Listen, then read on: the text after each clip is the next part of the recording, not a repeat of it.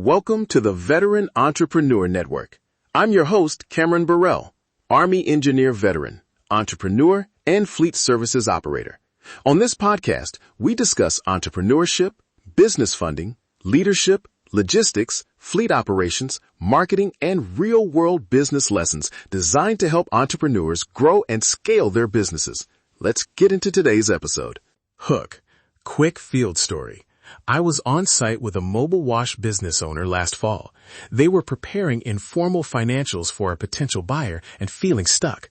We spent 10 minutes standardizing one line item on the P&L, switching how they reported owner draw and one-off equipment reimbursements. And that single change clarified adjusted EBITDA for the buyer. The result? The buyer increased their offer by roughly 20%, mostly because the earnings looked predictable and defensible. It was a simple, low-cost change with a big payoff. Promise and episode map. What I mean by sell ready is not that you're selling next week. It's that the business runs predictably, reports clean numbers, and has documented processes so a buyer can step in without existential risk. Today I'll walk you through a 3-part checklist that covers financials buyers care about, operational hygiene and compliance, and people plus SOPs. Along the way, I'll give practical examples for fleet and mobile wash operations and close with a 3-step action plan you can start this week. Section 1. Financials buyers care about. Buyers focus on adjusted or normalized EBITDA, recurring revenue, and cash flow quality. The headline: clean, consistent P&Ls matter more than flashy top-line growth. 2 immediate fixes. First, separate owner compensation from operating payroll and report owner draws as discretionary adjustments, so EBITDA reflects true operations. Second, standardize one-line recurring revenue. For example, put all contract wash subscriptions or recurring maintenance agreements under a single revenue bucket. That signals predictability. Here are simple bookkeeping adjustments that move the needle. Reconcile bank statements monthly. Tag one-off non-operational items like asset sales or owner loans, and normalize one-time owner benefits. If you can, produce a 2-year P&L with simple adjustments to show normalized cash earnings. Buyers will discount odd spikes, but when you present a clean, adjusted EBITDA, they can model multiples with confidence. Small investments in bookkeeping or a 1-day cleanup with a CPA can pay for themselves when you reduce buyer uncertainty. Section 2. Operational hygiene and compliance. For fleet and mobile operations, documentation is everything. Buyers ask, where are the DOT records, maintenance logs, vehicle histories, and equipment warranties? If those folders are messy, buyers assume hidden risks. Start by creating a single organized folder per vehicle or asset: maintenance dates, service provider receipts, odometer logs, repair photos, and expiration dates for registrations and insurance. That organized folder reduces due diligence friction. A couple of practical hacks. Take time-stamped photos of recent repairs. Keep warranty and invoice PDFs in one cloud folder, and create a simple maintenance calendar with preventive tasks.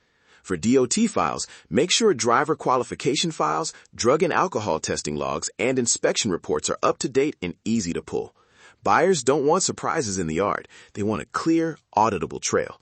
These are low-effort, high-confidence items you can sort in a weekend. Section 3. Contracts, customers, and revenue quality. Recurring service agreements are gold. A documented contract that guarantees recurring washes or fleet servicing shows predictable revenue and reduces perceived churn risk. If you don't have formal agreements, start converting high-frequency customers to short written scopes with simple terms: volume, frequency, price, and cancellation terms. Even one-page agreements reduce buyer risk dramatically. Track customer retention metrics, even if it's basic: average months per active customer, churn over the last 12 months, and concentration risk. How much revenue comes from the top 3 customers? Buyers worry about concentration. If one customer is 40% of revenue, document the relationship, contract length, and why the risk is manageable. Demonstrate that recurring revenue is documented, not just a handshake. That documentation can justify a higher multiple because a buyer can forecast revenue with less guesswork. Section 4. Team, Roles, and SOPs. The single biggest soft risk buyers flag is owner dependency. If operations stop when the owner is away, value drops. Start by mapping 3 core roles on a one-page chart: frontline lead, service technician, scheduler, dispatcher. Then write short SOPs for critical tasks: vehicle prep, wash checklist, invoicing, and complaint handling. These SOPs don't need to be novels.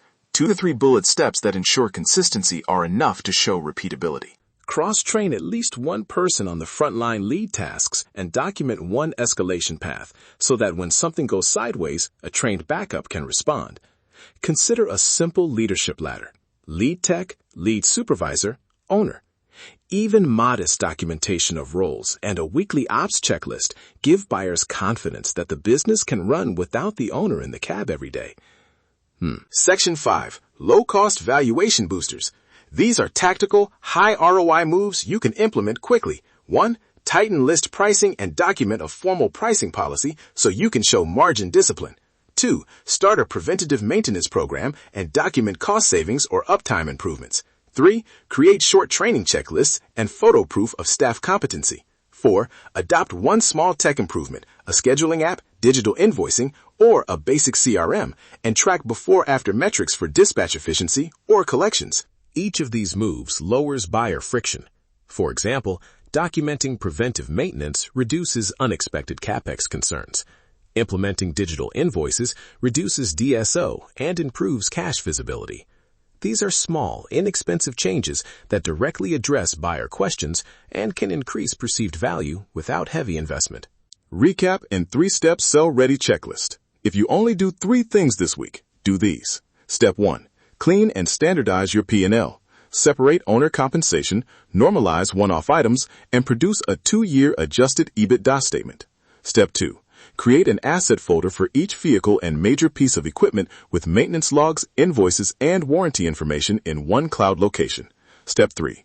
Convert top recurring customers to simple written agreements and document basic retention metrics. Those 3 steps improve cash visibility, reduce operational risk, and make buyer due diligence faster and less expensive. Final notes and mitigations. A quick warning: this episode provides frameworks and field-tested tactics, not legal or financial advice. For major transactions or complicated tax questions, consult your CPA or attorney.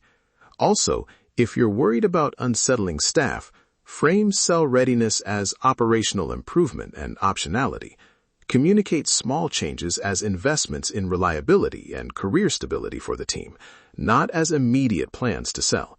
That keeps the culture steady while you build value.